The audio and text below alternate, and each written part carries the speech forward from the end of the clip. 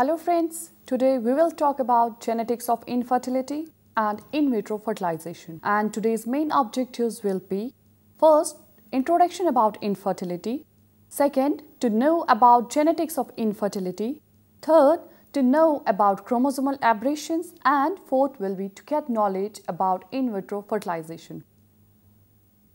So, first and foremost, concept of infertility. Infertility is defined as the inability to conceive after 1 year of regular unprotected intercourse and accounts for 1 in 6 couples wishing to start a family. A healthy young couple in their mid-20s has only a 20 to 25% chance of establishing a pregnancy in each cycle, and thus a range of factors, each with different extents of genetic control, may influence their chances. Infertility can be hormonal, related to age, exercise, obesity, or infectious disease. It can be immunological, psychological, result from surgery or blockage, or may be associated with defined abnormalities in the gametes. Now the chromosomal disorders. First, translocations. Reciprocal translocations can lead to reduced fertility, spontaneous abortions, or birth defects, depending on the chromosomes involved and the nature of the translocation. In autosome translocations, reduced fertility is mediated by the fact that the translocated chromosomes, in order to progress through meiosis, need to synapse through a pairing cross. This process can lead to infertility in several ways. First, the mechanics and time constraints imposed on the formation of such a quadrivalent can impede the meiotic process. Second, the disjunction of the pairing cross is prone to the production of genetically unbalanced gametes. And third, asynaptic regions are common within the pairing cross and can lead to failure of meiosis and subsequently elimination of germ cells. Fourth, there is evidence that translocated segments of chromosomes attempt non-homologous pairing with X and Y chromosomes during meiosis first, which interferes with X inactivation, resulting in a lethal gene dosage effect on the germ cells. Reciprocal Y autosome translocations may result in aberrant spermatogenesis due to abnormal sex chromosome pairing. The heterochromatic short arms of acrocentric chromosomes carry the nucleolar organizer regions, that is NOR, which in addition to their function in rRNA synthesis are required to associate with the sex vesicle. Thus, Robertsonian translocations that have lost their NOR can increase the likelihood of cell disruption and germ cell death, thus decreasing fertility. Now the chromosomal inversions. Inversions cause infertility by the following mechanism. First, the mechanics and time constraints imposed by the meiotic machinery on the formation of a pairing loop can impede meiosis.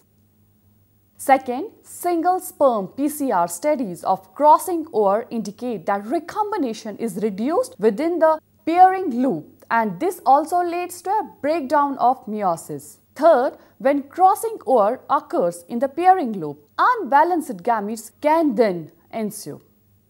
Supernumerary and marker chromosomes. Supernumerary chromosomes are extra chromosomes that are not easily identified by normal cytogenetic means. Carriers of marker chromosomes are at risk of infertility due to meiotic arrest and instability. Now coming to the chromosome disorders. First of all, Klinefelter syndrome. Klinefelter syndrome, that is 1 in 1000 males, is generally associated with karyotype 47 XXY, which can be in all cells or in mosaic form. There are various extents of spermatogenic failure, but males are generally sterile unless they are mosaic. Even in cases of apparent full-blown trisomy, functioning germ cells have been shown to be XY. Hence, the patients are gonadal mosaics. and there is compelling evidence that the compromised testicular environment in these men leads to increased chromosome segregation errors. Hence, males with Klinefelter syndrome who reproduce are more likely to have aneuploid offspring. Griffin et al. Found a significant increase in the incidence of XY sperm disomy in relation to age, indicating that older men, like older women, but to lesser extent, have an increased likelihood of producing 47 XXY offspring. Second one is Turner syndrome. A missing X chromosome is the characteristic karyotype in Turner syndrome patients and occurs in about 55% of cases. Streak gonads with hypoplasia and sexual infantilism due to the haploinsufficiency of XY homologs genes, crucial for gonadal development, ensure complete sterility in most patients. Now the Down syndrome. Trisomy 21 is the leading cause of mental retardation in humans and occurs in an estimated 1 in 700 births.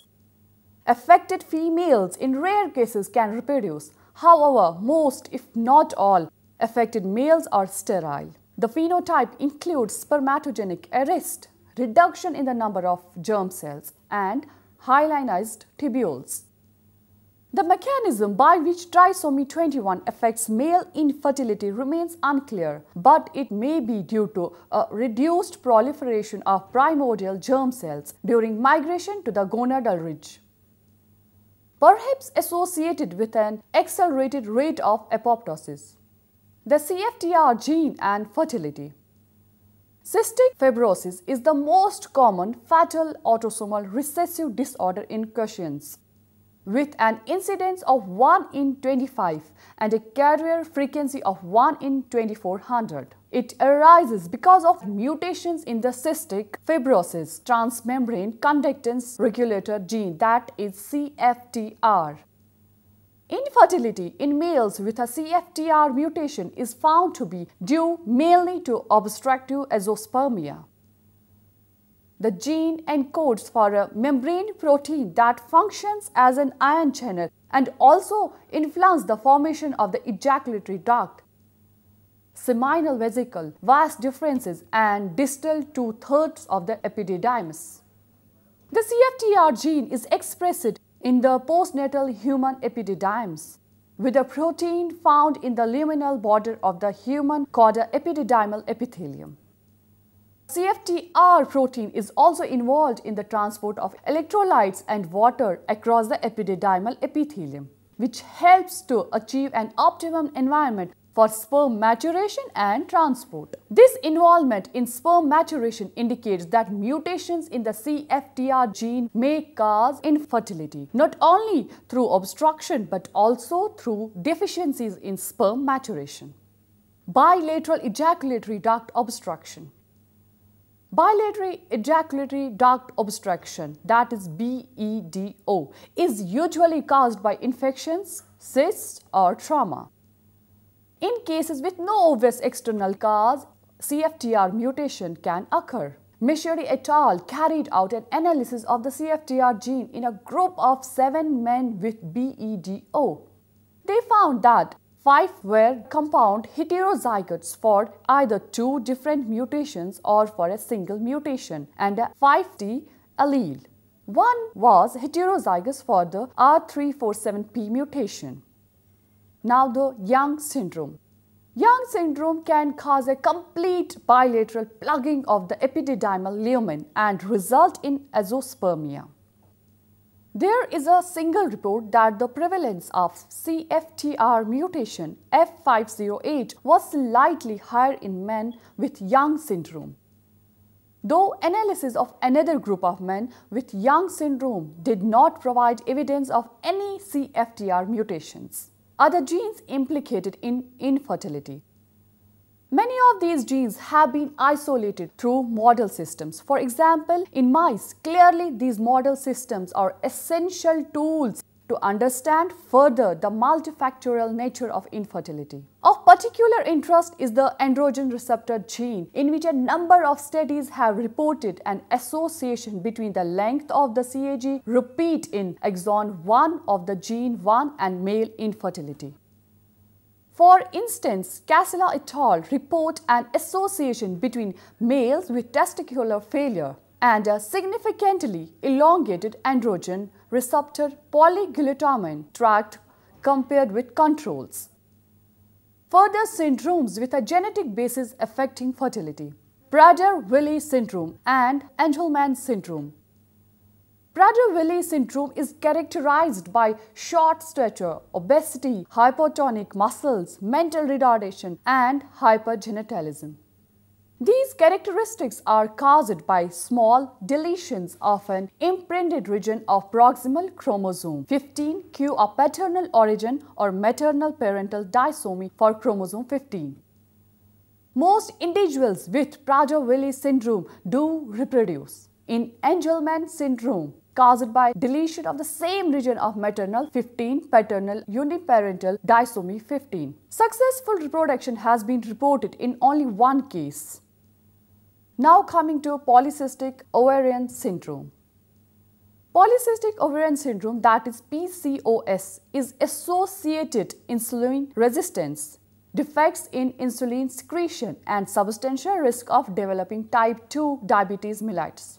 Defects in insulin-mediated receptor autophosphorylation has been found in substantial proportion women. Studies of 50 families of PCOS probands indicate that 24% of sisters are affected with PCOS. There also appears to be an intermediate phenotype of sisters with regular menstrual cycle is hyperandrogenic. Now, myotonic dystrophy. Myotonic dystrophy is present in 1 in 10 and the clinical features, in particular the variable age of onset and mode of inheritance, are well described. The gene on chromosome codes for a regulatory protein kinase found in skeletal muscle. Mistakes in faithful copying of the gene during gametogenesis results in the amplification, more rapid male transmission of a CTG triplet repeat and account for the variable age of onset and increased severity subsequent generations. Other syndromes. Further genetic syndromes associated with infertility include non-classical adrenal hyperplasia, Kalimann syndrome, immotile cilia syndrome, Noonan syndrome, Dennis-Drash syndrome, and Frazier syndrome. Now, in vitro fertilization. The science of in vitro fertilization, that is IVF, has improved considerably in more than 25 years since the first test tube baby was born. Originally indicated for women with tubal factor infertility, IVF has become the treatment of last resort for all causes of infertility when conventional therapy fails or it is unlikely to be successful. A greater understanding of the nutritional and environmental requirements of oocytes and embryos led to advances in culture conditions that have improved IVF pregnancy rates. Unfortunately, IVF remains expensive and inconvenient and leads to an unacceptably high percentage of multiple pregnancies. Ideally, we will eventually be able to select a single embryo to transfer to the uterus without compromising pregnancy rates, currently achieved with more than one embryo per transfer to ensure the birth of a healthy singleton. IVF was originally performed with a single dominant ovarian follicle produced during a spontaneous menstrual cycle. This was very inefficient and pregnancy rates were dismal. Consequently, superovulation protocols using parenteral gonadotrophins to induce maturation of multiple follicles were soon adopted worldwide. The retrieval of multiple oocytes allows for the selection of the embryos best to transfer. In addition, any supernumerary embryos remaining after uterine transfer may be cryopreserved for future embryo transfers without the need for another IVF cycle. Superovulation for multiple follicle maturation. There are several basic superovulation protocols. A standard protocol involves 3 basic steps. A gonadotropin-releasing hormone analog such as leuprolate acetate is given as a daily subcutaneous injection at a dose of 0.5 mg starting around cycle day 21 to induce pituitary suppression. The purpose is to prevent a spontaneous luteinizing hormone surge, leading to ovulation prior to oocyte retrieval. Pituitary suppression usually requires 10 to 14 days, after which the dose is reduced to 0.25 mg daily. Recombinant follicle stimulating hormone is given after pituitary suppression at a usual starting dose between 150 and 300 IU. It's given as a daily subcutaneous injection for another 10 to 14 days. Subsequent doses and the frequency of follicular monitoring with transvaginal ultrasonography and concomitant serum estradiol levels are individualized based on the ovarian response. Human chorionic gonadotropin is given subcutaneously once the late follicles have achieved a mature size of 18 to 20 mm. The human chorionic gonadotropin stimulates the endogenous LH surge to bring about final oocyte maturation. Oocyte retrieval. For the first decade of IVF, mature oocytes were recovered laparoscopically. Since then, oocyte retrieval has been performed by transvaginal ultrasound-guided needle aspiration under conscious sedation 34 to 38 hours after the delivery of human chorionic gonadotropin. The follicular fluid obtained is immediately examined by the embryologist for an oocyte with its accompanying cumulus mass of granulosa cells. From 1 to more than 40 oocytes may be retrieved, though 10 to 20 is typical. The oocytes are then placed in a culture medium based on human fallopian tubal fluid and incubated at 37 degrees Celsius. Now the embryo transfer. Embryos are usually transferred into the uterus 3 days after retrieval and fertilization via a small flexible transcervical catheter. The implantation of the embryo into the endometrium about 4 days later is the step that limits the IVF success rates. A strategy to improve embryo implantation is to transfer the embryos 5 days after oocyte retrieval at the blastocyst stage. In theory, the best embryos are able to continue dividing in extended culture, whereas the poorer quality embryos undergo arrested development. Unfortunately, most studies have been unable to confirm a significant improvement over the standard Day 3 transfer. Exogenous progesterone is given after embryo transfer to optimize endometrial receptivity for embryo implantation. It may be given by intramuscular injections or various vaginal formulations during the luteal phase and continued until gestational week 8 or 10. A series of subcutaneous injections of human chorionic gonadotropin can also be used to increase endogenous progesterone production. But this is associated with an increased risk of ovarian hyperstimulation syndrome. Ovarian hyperstimulation syndrome is potentially life-threatening and poses the greatest medical risk to women undergoing IVF. Mild ovarian hyperstimulation syndrome is common with lower abdominal discomfort beginning about 1 week after oocyte retrieval because of the presence of multiple functional cysts in the superovulated ovaries. The cysts resolve spontaneously, usually within 2 weeks, though they may last for several weeks if the patient is pregnant. This can result in electrolyte imbalances, pre-renal oliguria and renal failure. densities with respiratory compromise, and rarely adults' respiratory distress syndrome, and hypercoagulability with thromboembolism. Ovarian hyperstimulation syndrome is self-limited and treatment is supportive until spontaneous resolution occurs, usually by 8 to 10 weeks of gestation. Genetic testing of the embryo before transfer. PGD is medicated for couples at increased risk of spontaneous abortions or of having a child with a genetic anomaly. The most frequent cause of these is aneuploidy of the embryo. Risk factors for aneuploidy are advanced maternal age or age 37, a chromosomal rearrangement such as a balanced translocation, one of the partners, and a history of recurrent miscarriage or multiple failed IVF attempts. PGD is also an option for couples with the potential to have a child with an autosomal or sex-linked disorder.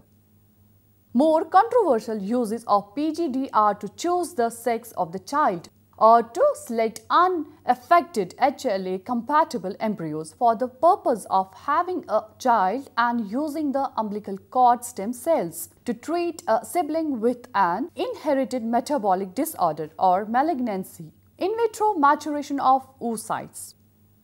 Oocytes in the ovary are arrested in the meiotic prophase until ovulation.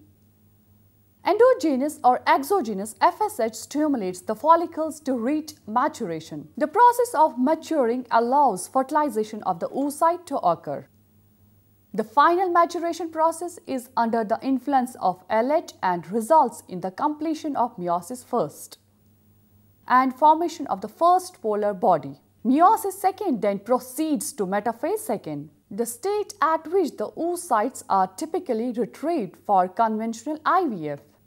With IVM, the maturation process occurs in vitro. This brings us to the end of the lecture. Hope you have enjoyed and understood. Thank you and goodbye.